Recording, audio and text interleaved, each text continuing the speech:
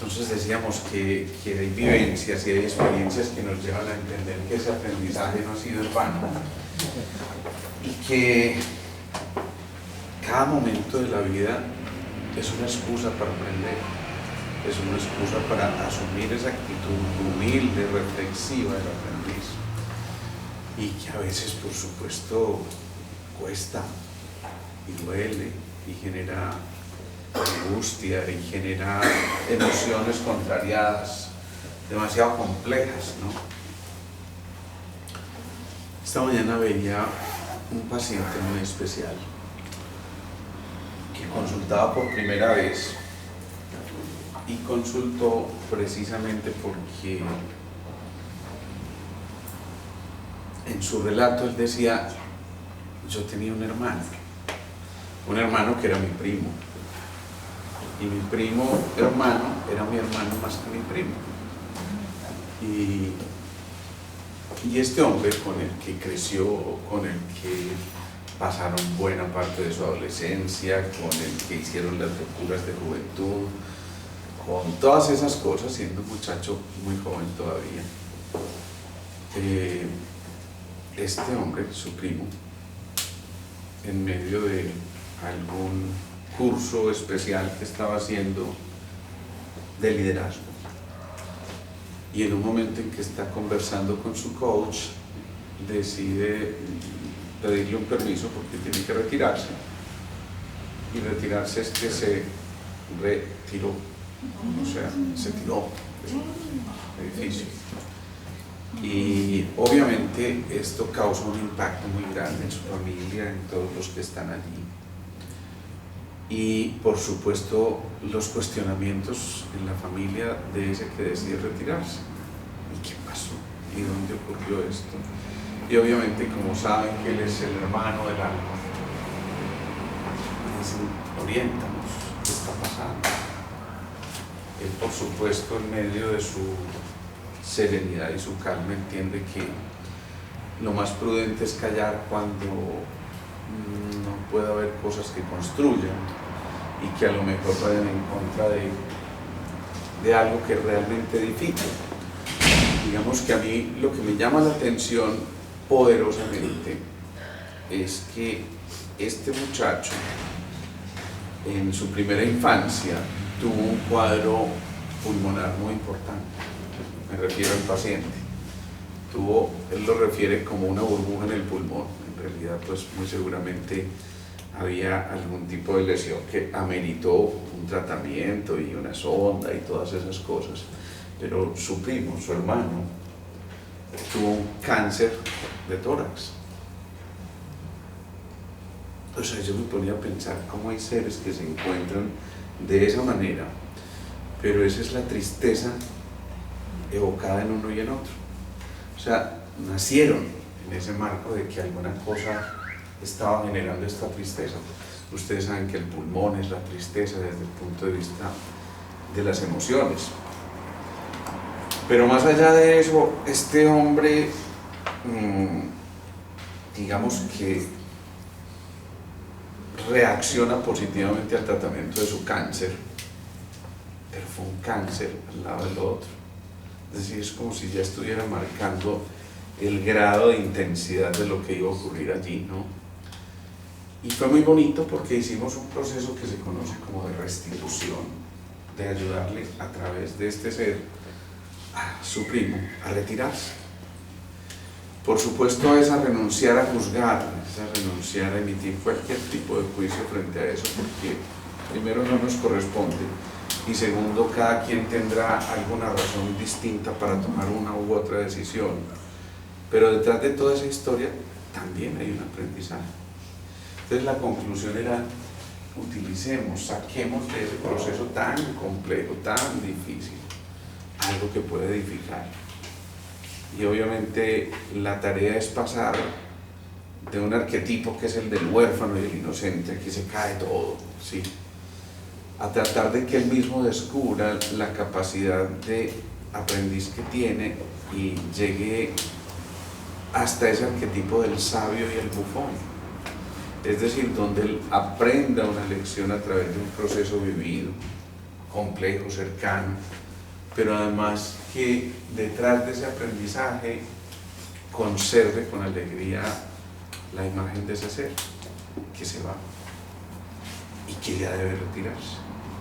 Y él empieza a elaborar todo ese proceso, y lo cierto es que yo encuentro al final de una consulta a otra persona distinta. Uno llega con la angustia, con el dolor, con la carga emocional grande que esto tiene que generar, pero sale un hombre mirando de frente, un hombre mirando con expectativas, un hombre entendiendo que este es apenas el inicio de un proceso que él tiene que ir administrando poco a poco y saliendo adelante. Entonces, detrás de esa huella del aprendiz hay primero, por supuesto, una capacidad de razonamiento que está entonces, si lo miramos desde el simple hecho fisiológico, por una cantidad X de neuronas que se contactan unas con las otras y que forman lo que hemos llamado los circuitos neuronales, y esos circuitos neuronales hacen que se vayan creando asociaciones. Esas asociaciones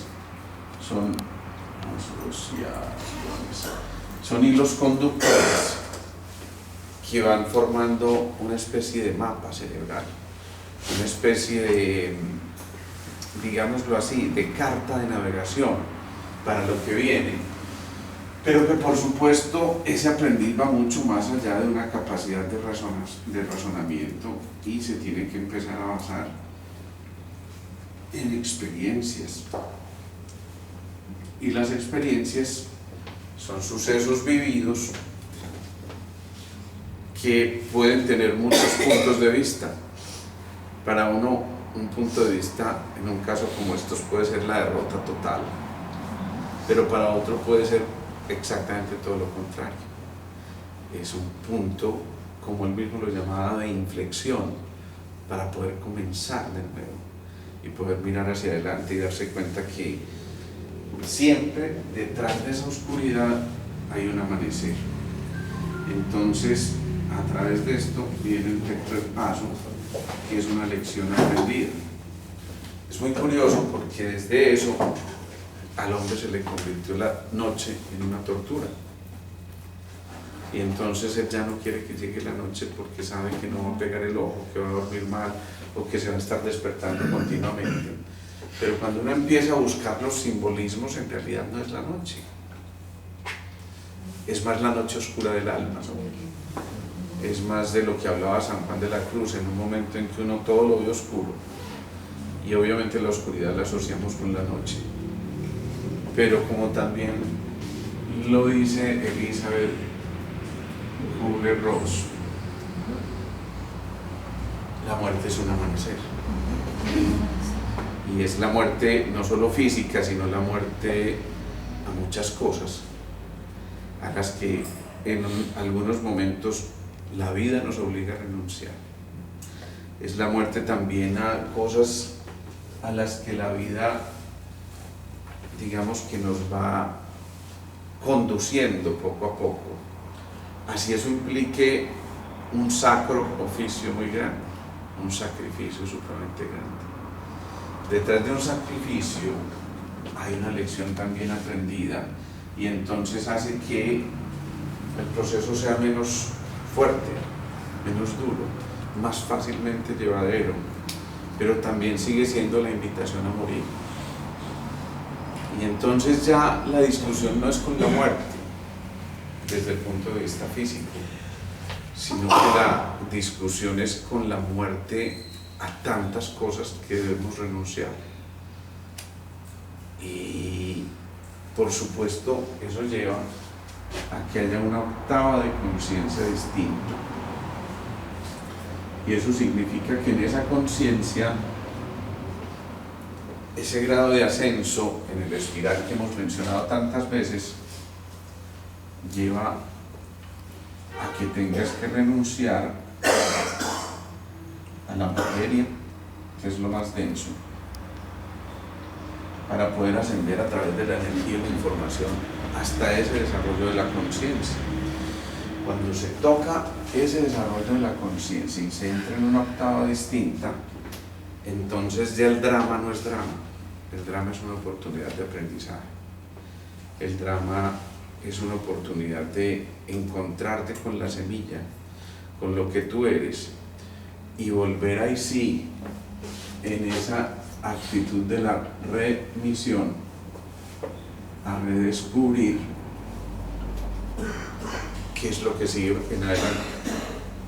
Y eso lo podemos extrapolar a muchas cosas, ¿sí?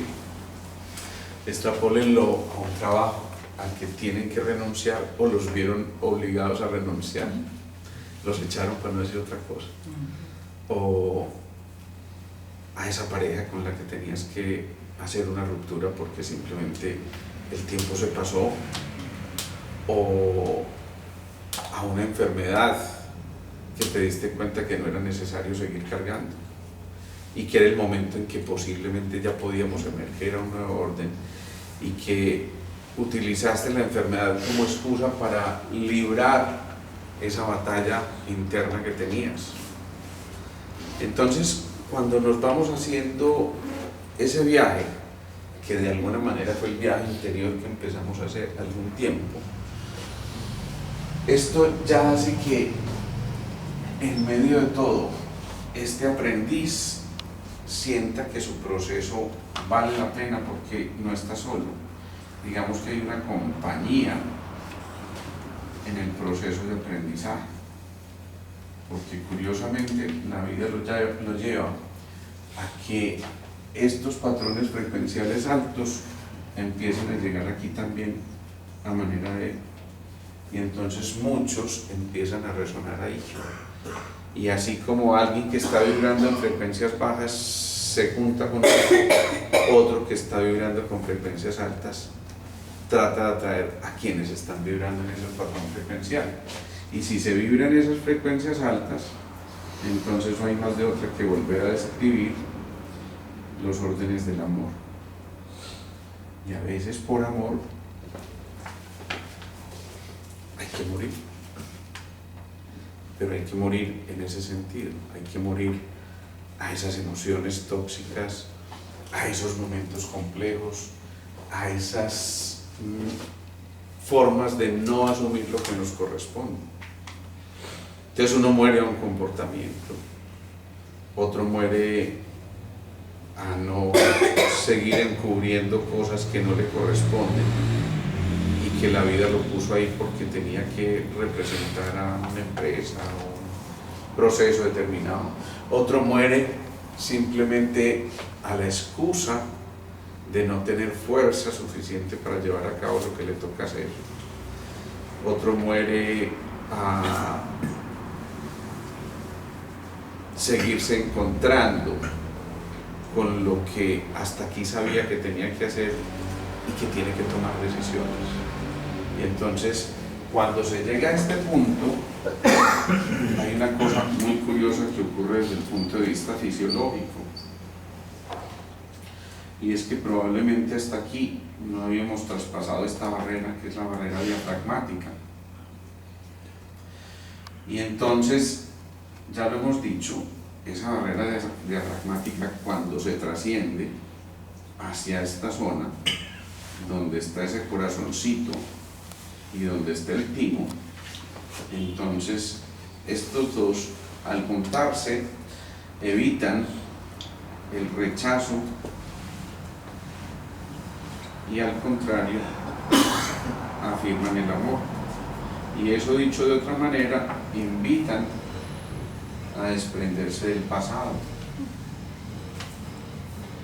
Y ese fuego interno que se enciende en el corazón ya es una invitación a que ese pasado pase, a que se haga el proceso de alquimia que se tiene que hacer, y a que desde esos órdenes del amor haya un intento por conquistar esta otra barrera, que es la barrera clavicular. Y es un proceso complejo, porque ahí es donde se hace un nudo en la garganta, ¿sí? En ese cuello de botella es donde se hace el nudo en la garganta, porque da dificultad expresar, porque da dificultad manifestar, porque literalmente me estoy atragantando con mis sentimientos y mis emociones, y entonces ese quinto centro empieza a entrar en una fricción. Este fin de semana yo estaba dictando un seminario en Bogotá, y entonces hacíamos una experiencia cuando yo les estaba hablando de los bloqueos y las barreras, e hicimos una experiencia porque hemos dicho que el segundo centro siempre está conectado con el quinto centro, y les decía yo que muy frecuentemente después de una cesárea, 2 o 3 años después, el paciente o la paciente tiene un problema tiroideo. Entonces pregunté y saqué al azar a 3 personas, les dije: 3 personas que hayan sido operadas de cesárea, por favor pasan acá al frente. Pasaron las 3 personas, y resulta que las 3 personas en realidad tenían problemas de tiroides. Eso para ellos fue una sorpresa, porque había muchos médicos asistiendo ahí, y en nuestra medicina eso no nos lo enseñaron. No nos dijeron que había conexiones entre el segundo y el quinto, y por supuesto eso sorprende, pero 3 de 3 es un buen porcentaje, ¿no? Entonces lo que hacemos es desbloquear esa cicatriz. Es una técnica muy sencilla donde uno con un mudra, que se llama el mudra de la totalidad, visualiza como si estuviera llevando luz verde y hace como una especie de cuadrillaje en esa zona, y luego luz morada para, digamos, incidir sobre la cicatriz, e inmediatamente esto permite que ascienda la energía al quinto centro. Pero para constatar eso, para que no quede como una cosa ahí medio esotérica, entonces hacemos una cosa que se llama el reflejo mioquinético. Y el reflejo mioquinético consiste, tal vez aquí lo hemos hecho alguna vez, alguien levanta la mano, yo hago fuerza para bajarlo y digamos que tiene una resistencia, pero cuando se toca la zona de la cicatriz es como si ya no aguantara y se cae la mano, ¿no? Entonces hacemos este barrido, luego hacemos la prueba y ella se da cuenta que tiene mucha más resistencia y mira como: wow, esto no puede ser posible, ¿no? Pero entonces alguien dice: es cierto, y si eso es así, significa que ya empezó a activarse esa tiroides. La pregunta quedó planteada, y eso fue tipo 10 de la mañana, pero a las 3 de la tarde, en la jornada ya pues final, una de estas señoras se para y dice: yo quiero compartirles una sensación que tengo, y es que desde esta mañana que me hicieron este procedimiento, yo siento un cosquilleo y una necesidad de sacar muchas cosas que tengo aquí. Es muy bonito porque eso por supuesto muestra que hay una conectividad, pero también eso es una advertencia que está diciendo: ojo, no vivas tus dramas en soledad. Y el aprendiz entiende esto prontamente y se da cuenta que necesita usar vínculos, apoyarse y empezar a crear muchas más posibilidades de redes que acolchonen una cosa como estas y que permitan que posiblemente el golpe, si es que lo va a haber, sea un golpe mucho más manejable, mucho más acolchonadito, ¿sí? Y que entonces eso permita que finalmente esta barrera clavicular de la que estábamos hablando empiece a ser vencida. Si se vence la barrera clavicular, ¿qué creen ustedes que pueda pasar? Trasciende. ¿Y trasciendes qué? ¿No? ¿Trasciendes qué? Si pasa la barrera clavicular, ya con el alma, el contacto con... Ojalá. Con el séptimo centro. Ojalá, pero no es tan sencillo. Digamos que empieza a vibrar en otra. Claro, empieza a vibrar en otro patrón frecuencial, y eso ya empieza a despertar mucho antes del contacto con el alma. Empieza a contactar con ese triangulito que hemos mencionado, el triángulo magnético de la cabeza. A tener pensamientos más elevados. Sin duda. Y de un grado de conciencia infinitamente mayor. Y por eso cuando estás ahí sabes que a tu conciencia no te le puedes esconder. ¿Sí? Y por eso esa sensación de fricción que hay ahí. Porque es que es como si te dijeran: seguro, estás preparado, podemos dar ese salto ya. Y cuando se empieza a dar ese salto, entonces se empieza a destapar primero tálamo y tallo cerebral. Y entonces se empieza a destapar ese tálamo y tallo cerebral, y eso significa que yo me fui para el pasado un buen rato a repasar qué era lo que había allá. Antico, tengo que ser consciente de que es aquello a lo que yo voy a renunciar. Entonces eso es una fricción. Claro, no solo como un dolor, sino como una fatiga, una sensación de peso, pero además recuerden que esto es una sola cosa y puede haber bruxismo, pero además, como si fuera poquito, esto es quinto centro, entonces toca esa tiroides y además toca esos pulmones con la emoción de tristeza y puede tocar los senos como parte de la fisiología. Pero digamos que es ya una tristeza vivida en una octava de conciencia distinta a la tristeza que se vivía aquí en la barrera diafragmática o la que se pudo haber vivido mucho tiempo atrás en la barrera pélvica. Esta era una barrera absolutamente densa, desgarradora, casi que de perder todo el soporte. Esta era una barrera de desafío al desapego, ¿sí? Pero esta es una barrera de desafío a la conquista del polo neurosensorial y es una barrera a la conquista de esa octava de conciencia, como decíamos aquí, que ya nos prepara ese contacto con el alma.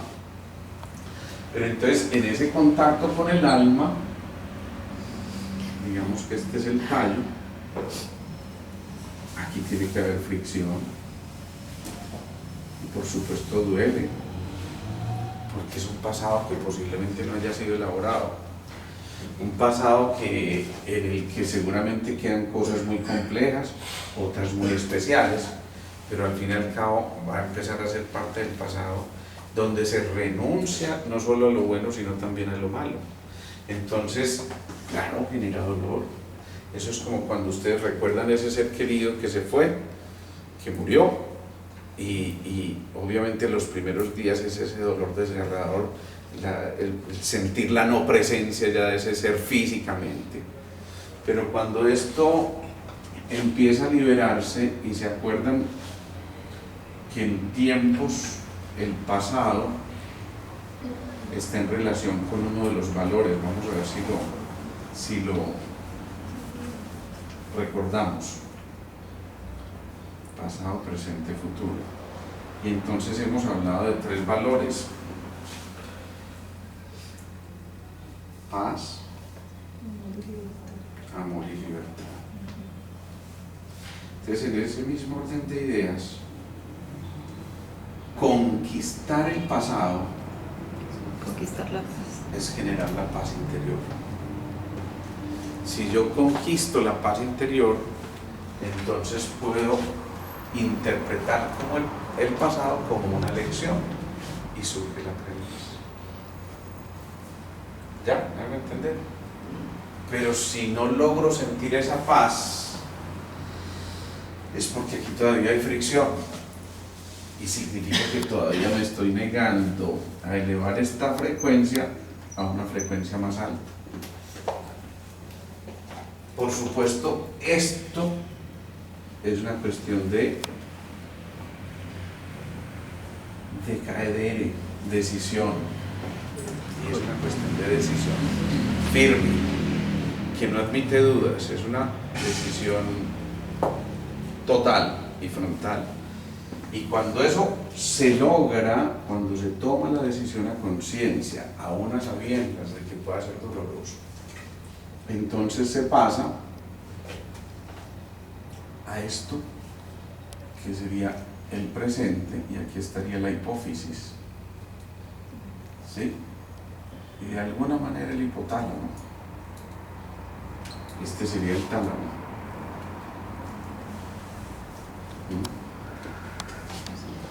Entonces, si se llega a ese presente ¿qué sería en términos de los valores? Claro, es el amor y es el corazoncito del que hemos hablado. Entonces, llegar en ese triángulo a esta parte que tiene aquí que ver con la hipófisis y con el hipotálamo, ya es por lo menos empezar a atreverse a levantar la mirada, ¿sí? Digamos que en el pasado estábamos en este sentido, aquí en el presente ya miramos al frente, y es muy posible que en el futuro logremos crear una imagen distinta, pero la visión es distinta. Observen esto, una es esto, otra es esto y otra es esto. ¿Qué notan ustedes en esas expresiones? Se Diferentes asciende. expresiones en la mirada. Claro, pero ¿qué notan de Se diferencia? asciende, pues se asciende. Claro.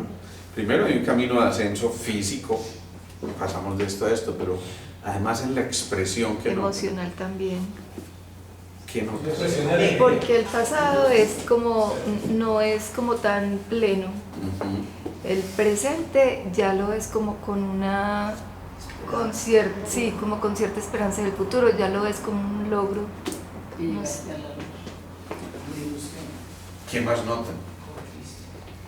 Esa alegría. Pues los una ojos. alegría. Claro. Aquí hay una cosa y es que, ya decíamos, aquí hay una cierta fricción, aquí hay esa libertad, de alguna manera esa capacidad de entrega, por eso el amor da sin condiciones, y de hecho renuncia sin condiciones. Y por eso cuando ese amor que da y que se manifiesta a través de precisamente haber vencido a los apegos, acuérdense que aquí está la barrera clavicular, ¿sí? En donde pasamos precisamente de los apegos a la capacidad genuina de dar, pero de dar sin condiciones.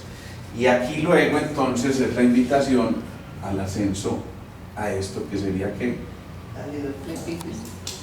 el futuro, la libertad, la epífisis o pineal, de la que hemos hablado todos estos tiempos, ¿sí? Y ya cuando se llega aquí, entonces ¿qué es lo que empezaba a ocurrir? ¿Se acuerdan? Que se enciende ¿qué? La luz, el El faro. faro. El faro. Y ese faro, cuando se empieza a encender y empieza a reverberar, esto es como un foquito dimerizado que va ganando en intensidad, en intensidad, en intensidad, que se empieza a tocar esto, y finalmente genera un circuito reverberante que lo que hace es que ya ese camino de ascenso empiece a difundirse por todo el cuerpo. Entonces ya no se ilumina una cosita aquí, sino que se ilumina toda la economía corporal.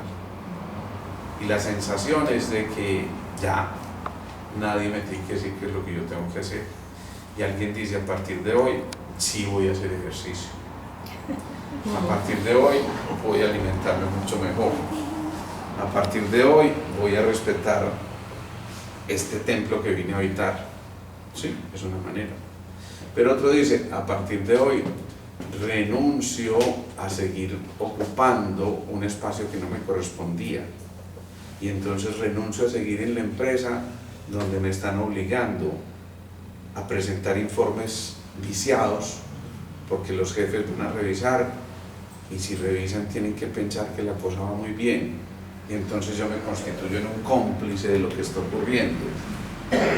Y a partir de ahí, entonces yo renuncio a un comportamiento que tenía, que era consciente que no debería ser el más adecuado, y que en ese instante ese faro me da la luz y la claridad suficiente como para decir, puedo también vencer mis antiguos comportamientos.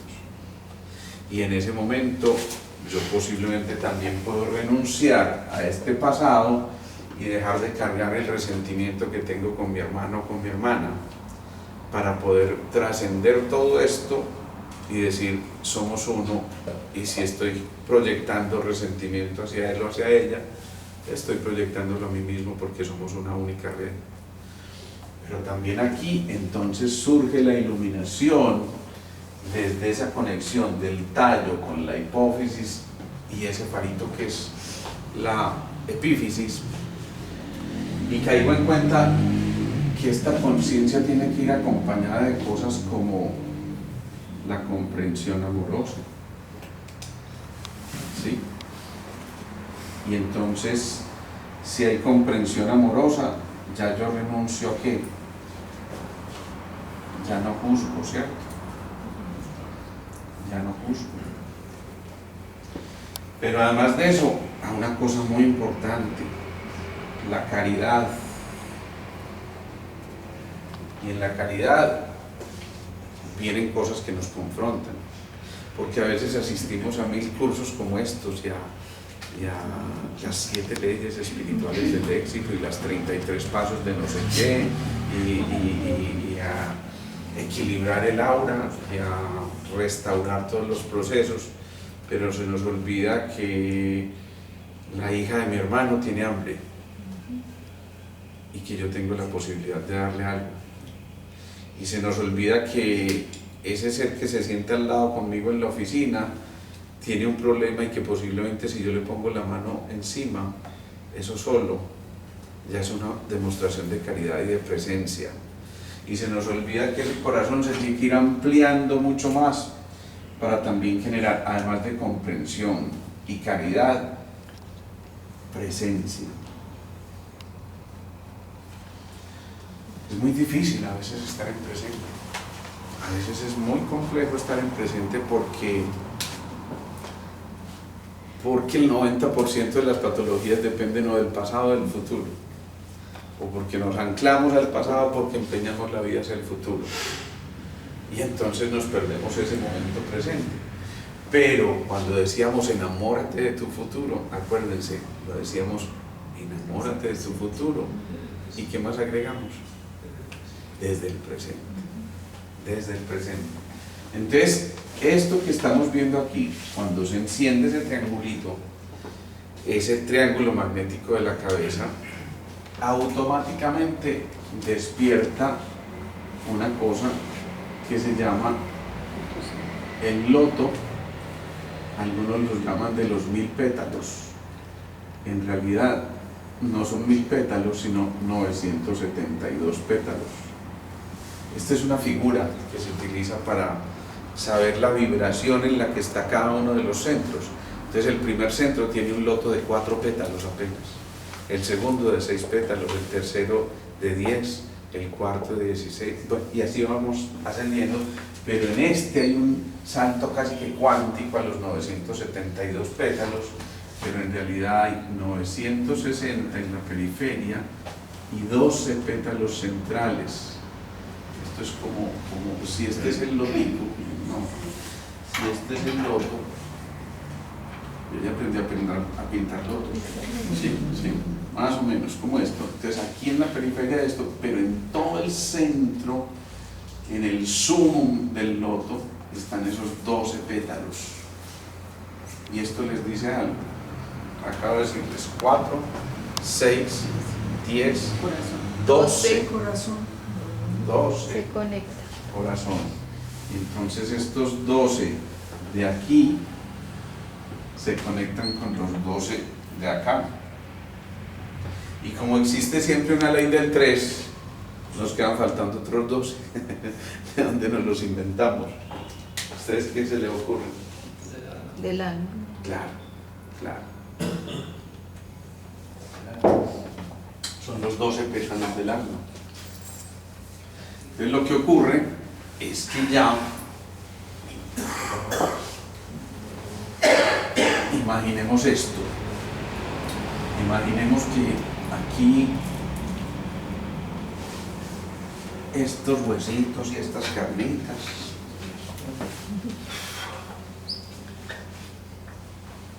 esto es lo mejor que yo creo que aprendí a pintar.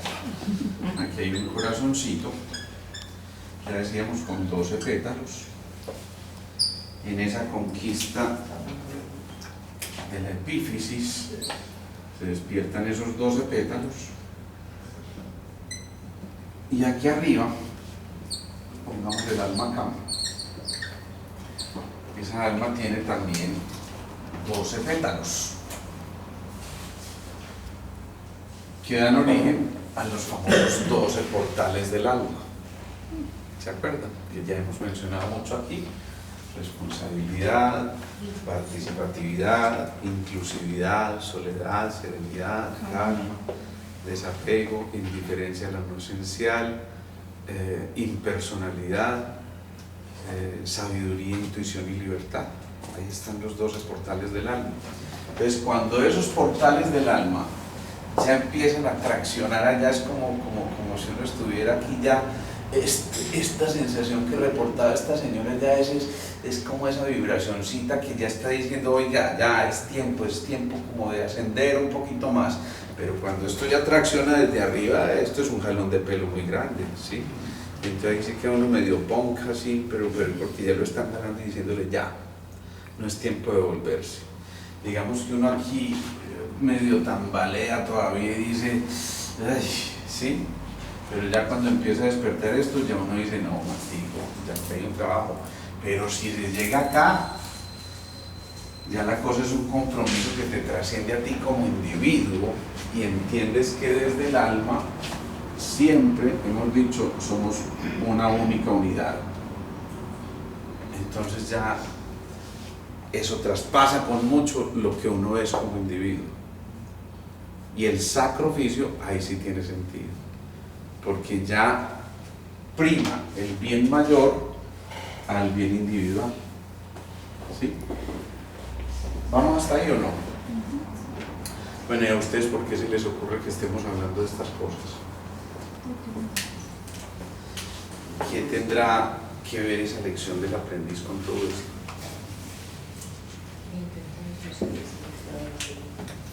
Que de alguna forma, Digamos que de ahí partimos, pero que de alguna forma hemos llegado a ser nosotros aprendices y tenemos que empezar a trabajar. Ya vemos que lo podemos hacer en grupo, como lo hicimos el mes pasado, y podemos dejar el miedo atrás y empezar a trabajar. y aquí se presenta una cosa muy importante, que además es una zancadilla peligrosísima, porque cuando se llega de pronto al intento de conquistar ese contacto desde la epífisis con el alma, ahí viene este señor. Y el ego generalmente nos hace pegar aterrizajes forzosos, ¿sí? Y el ego, vuelvo y les digo, nos hace caer en cuenta, hey, todo lo que yo he venido a estas charlas y todos los cursos que yo he hecho y toda esta cosa, y lo único que sigo es chupando rueda. Y ya no es tiempo de que yo también despegue y aporte. Y ya no es tiempo de que ya no me lo tengan que recordar, sino que sea parte de mi disco duro, y a lo mejor desde el aprendiz yo diga, un momentico, que don ego ya no tiene cabida aquí, sino que ya me está invitando casi a seguir hacia arriba y contactarme con el espíritu. Y eso es muy tenaz. Eso es muy tenaz, porque es que ya sí estamos haciendo un vuelo de Texas para arriba. Y en ese vuelo de Texas para arriba, entre el primero ya no tiene reversa. Ya es un compromiso que va mucho más allá. Pero además de eso, es una vibración de tan alta frecuencia que ya ahí sí se empiezan a producir ideas inspiradoras. Pero miren pues lo que implica tener una idea inspiradora. Es uno que otro trabajito el que tenemos que hacer para llegar allá, ¿o no? Por eso las ideas inspiradoras son tan escasas, ¿sí? O cuando uno dice, alguien tuvo una inspiración y se inventó un avión, eso hoy lo vemos como, pero ustedes se imaginan todo lo que tuvo que haber ocurrido. No nos vayamos tan lejos. A alguien se le ocurrió tirar un pedazo de piedra y eso empezó a rodar y le fue comiendo las partecitas y se convirtió en algo medio redondo y se dio cuenta que eso generaba menos fricción y se inventó la rueda. Y entonces uno ve una rueda y dice, realmente gracias pues, pero se imaginan lo que fue eso en el proceso evolutivo. Entonces esto está lleno de intríngulis en el camino que nos están invitando a hacer ese camino de ascenso desde el corazón hasta la epífisis, hasta la conexión con el alma y por supuesto hasta la conexión con el espíritu. Quien emprende este camino es porque ya pasó la barrera diafragmática, la barrera pélvica, perdón, porque ya pasó la barrera diafragmática, porque está dispuesto a afrontar la barrera clavicular, e incluso hay una barrera posterior que se llama la barrera interciliar, pues posterior me refiero en el tiempo, que es la barrera interciliar. ¿Y por qué habrá una barrera interciliar? ¿A ustedes qué se les ocurre aquí? Esto.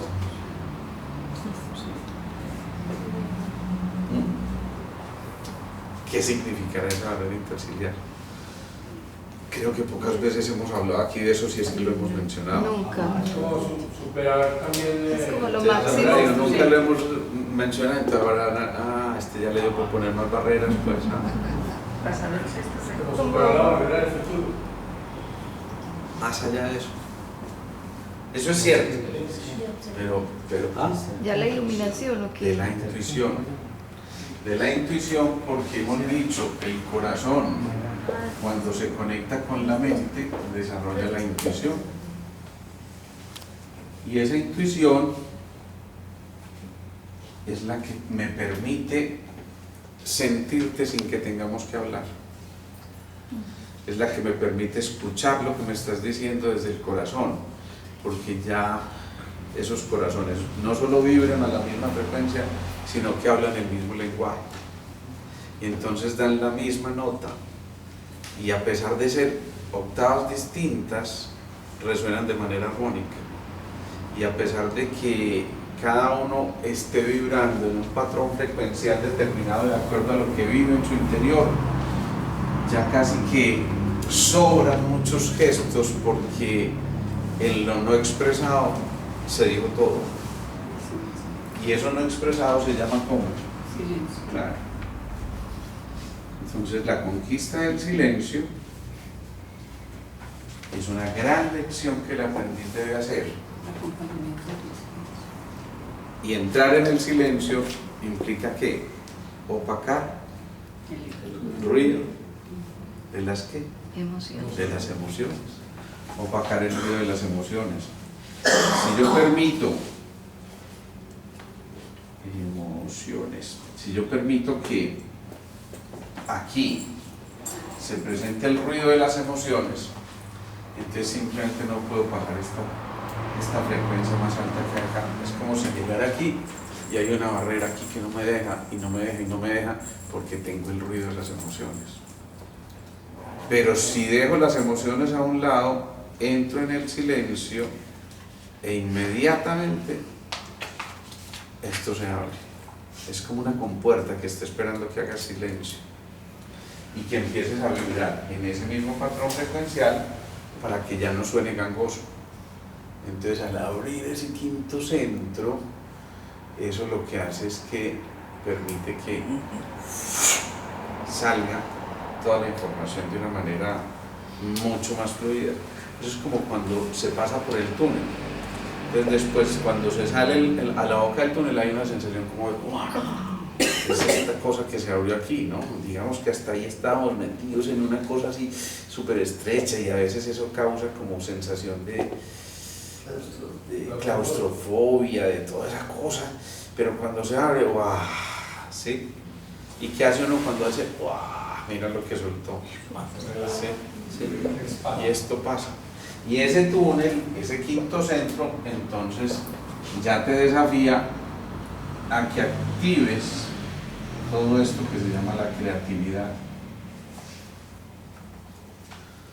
Y quien es creativo sabe que puede desarrollar estrategias para no tener que sufrir de esta fricción aquí, sino idearse muchas posibilidades para que ese proceso de ascenso se dé mucho más fácil.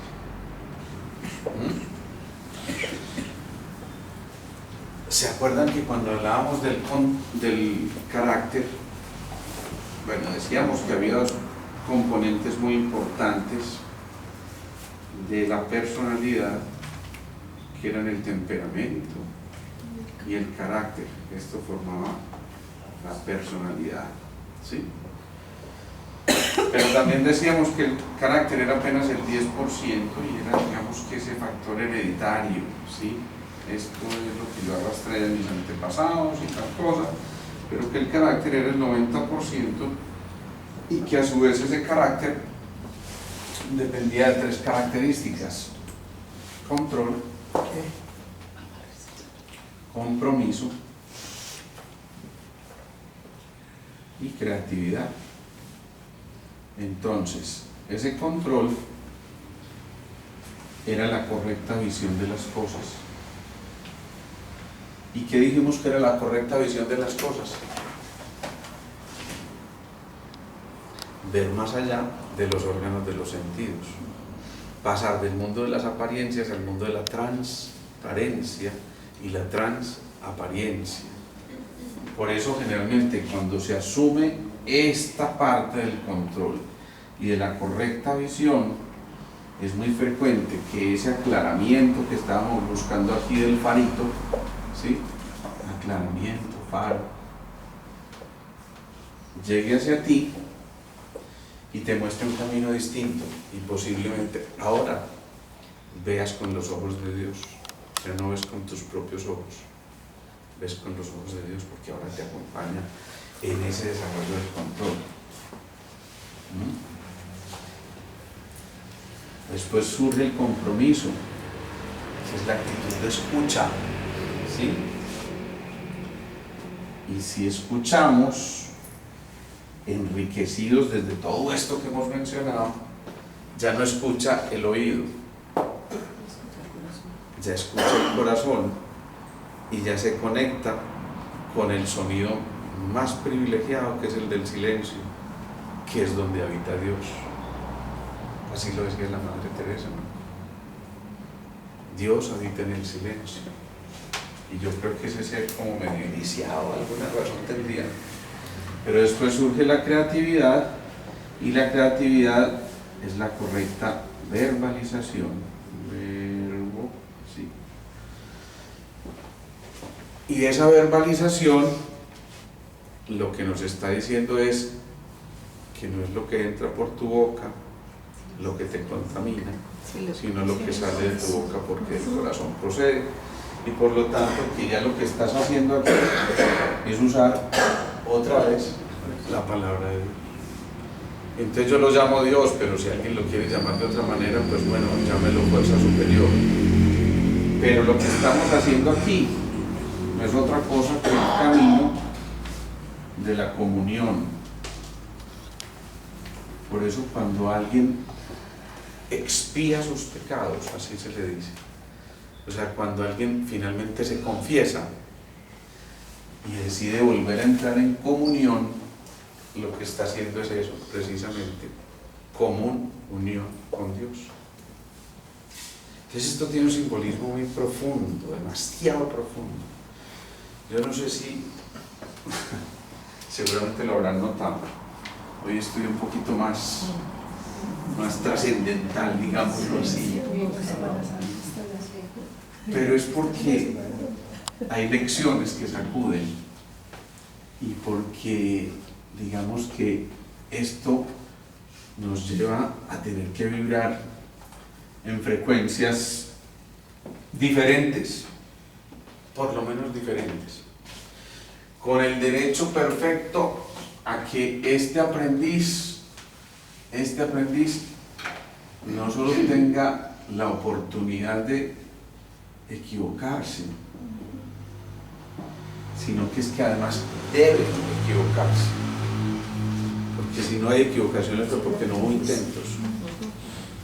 Entonces, en esas equivocaciones uno tiene derecho a decir, tiene uno derecho a decir, soy un ser humano. Y ese ser humano, entonces, digamos que trae inscrito dentro de su proceso de ascenso esa capacidad de decir, sí, me puedo equivocar, sí. Y sí, renuevo el compromiso todos los días, porque esto no es de un día. Hoy aprendemos una lección, pero mañana otra y pasado otra, y después ese paciente me trae una lección, y el vecino me trae una lección, y mi hermano me trae una lección, y yo mismo me traigo otra lección. Pero mientras no asuma la actitud del aprendiz, va a estar de presente don ego que no me va a dejar ver lo que hay detrás. Eso significa, a muy grandes rasgos, que la gran lección que debe aprender el aprendiz es la humildad. Y eso nunca termina. Cuando yo comenzaba con estas cosas, yo me acerqué a un grupo al que me invitaron por primera vez para yo enterarme más o menos de qué se trataba esto, con tan buena o mala suerte que yo llegué un poquito tarde y ya los encontré a todos sentados medio en posición de loto diciendo oh, y yo para mis adentros decía, ¿y qué secta? Esto es una secta, ¿ya dónde vino a parar? ¿No? Y como que me cuestionaba y decía, Dios mío bendito. Pero ese día empezaron, después de la meditación, a hablar de neurotransmisores y neuropéptidos, que era un tema que uno en la facultad de medicina se aprende para el examen, pero que después no entiende para qué sirve, ¿sí? Y ahí empecé yo a entender para qué servía. Y me sentí, les juro, deliciosamente ignorante. Pero así como lo estoy diciendo, deliciosamente ignorante, no fue vergonzosamente ignorante, no, fue deliciosamente ignorante, porque ese fue el desafío que se me creó a mí en ese momento. Hombre, yo puedo asumir dos cosas, o esta gente está hablando pendejadas y como yo no sé, pues algo más rapidito, o digo, es que conocen demasiado y me falta mucho por aprender. Eso fue hace ya más o menos 30 años, pero hoy en cambio me siento deliciosamente ignorante. O sea que el día en que dejemos de sentirnos deliciosamente ignorantes, pues ya las lecciones todas están aprendidas y entonces ¿qué tenemos que hacer aquí? Nada, retirarnos y punto. ¿Sí? Por eso dentro de esas lecciones del aprendiz está el no juzgar y el simplemente ocupar las veces del observador, pero no es el observador pasivo, es el observador activo que empieza a meter muchas cosas en su interior y va desarrollando pedacitos de la lección hasta que finalmente junta todo el puzzle y arma todo el rompecabezas. Y a veces esos rompecabezas de 10.000 pies, de 10.000 piezas, perdón, a 10.000 pies se arman mucho más fácil si entramos en el silencio. Por eso yo no armo rompecabezas porque no tengo paciencia. Pero bueno, esa es la cosa. Volver a llegar, insisto, miren de dónde llegamos, del aprendiz a la humildad. Preguntas, dudas, inquietudes, observaciones, anotaciones, acotaciones o apuntes. Todos los pacientes que nos van llegando aquí cada semana, cada día, todas las veces que hacemos con el grupo un acto de servicio por alguien, yo creo que a veces se nos sale el ego y nos dice que es que somos unos servidores, pero no somos unos servidores de aquí, sino los servidores, ¿sí? Y entonces, sí, por supuesto, había que sacarlo en algún momento, ¿no? Y entonces Marta nos cuenta una lección como esa, es tan bonita, y podemos caer en aquella cosa del ego que nos dice, bueno, que realmente somos maravillosos, estamos haciendo algo fenómeno, ¿no? ¿Qué quilombo hemos armado? ¿Sí? Pero si al contrario, desde la humildad escuchamos esto, es apenas el inicio de otra cosa más que se sigue. Yo hablaba con Marta de eso y estoy convencido de que ha llegado un momento para ella donde le tocó eso, escuchar, acompañar, estar presente, y por eso su cuerpo hace fricciones a veces y genera algunas cosas, digamos que interiormente, pero puedo estar seguro de que la sensación de plenitud y satisfacción después de que ella nos hace un relato como esto es tan grande que eso otro queda atrás. Pero no es la historia de Marta, es la historia de cada uno de ustedes. Alguien sirve en su guardería, otro sirve en su hogar, otro sirve simplemente con sus familiares y amigos, y otro sirve cantando, u otro sirve tocando un instrumento, y otro le lleva música a alguien. Y alguien se tiene que parar aquí para repetir estas cosas, ¿sí o no? Entonces, yo espero que esto nos cuestione, nos deje interrogantes. Acuérdense, cuando uno se plantea la pregunta adecuada, las respuestas son adecuadas. Pero cuando el interrogante es acomodado, muy frecuentemente se parte de una premisa falsa y se llega a conclusiones falsas. Entonces cuando ya me doy cuenta que estoy en ese proceso de contactarme con algo más elevado en este universo, cuando empiezo a sentir que estoy viviendo en orden, pues de acuerdo al orden universal, y entonces empiezo a sentir, a entender, por ejemplo, qué es la causa y qué es el efecto, la causalidad.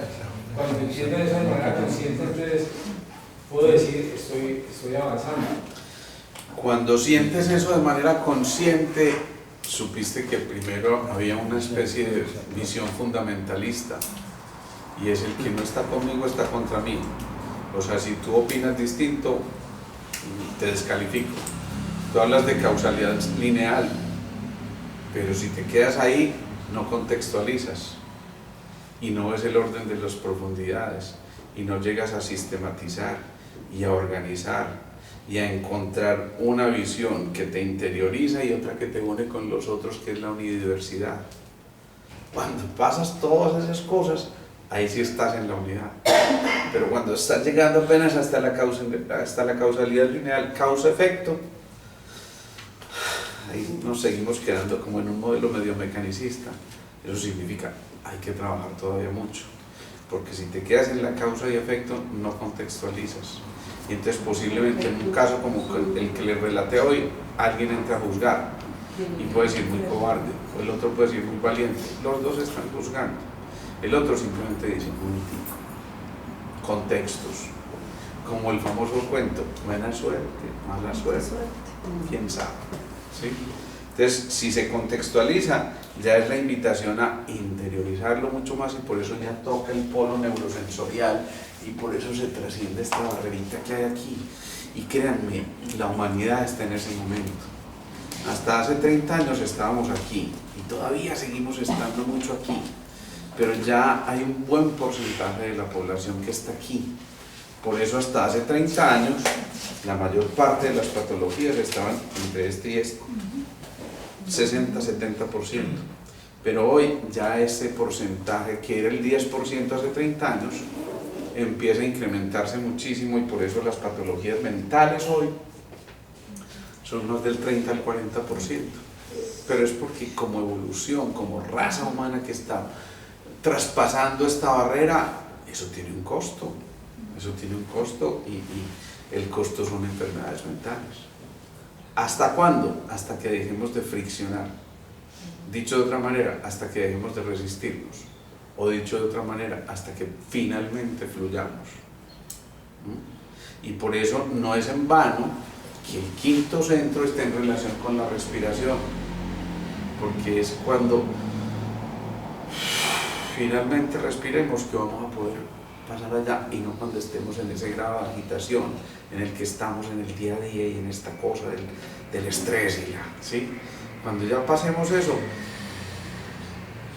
vamos a respirar lenta, profunda, pausada y rítmicamente, para que permitamos el ascenso de los centros superiores.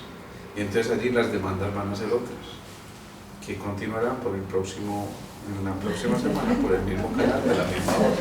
Vamos a terminar haciendo la meditación ya.